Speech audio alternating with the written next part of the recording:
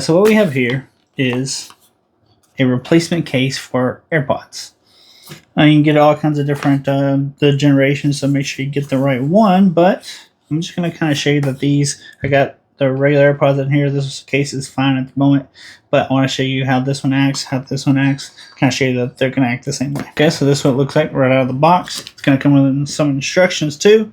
See, the top's magnetic, and take these out. See, it's a little green indicator there. Whenever I put these in, you're going to see the green indicator light up again. Green. Put that in, and so you get it without closing it. See, they're magnetic. They hold in there. As well as, see, I got the hopefully you guys can see this. I'm going to get a close-up on this. You can see I set it on the pad here. See it turn red. You can hear it too. I'll be quiet for a second.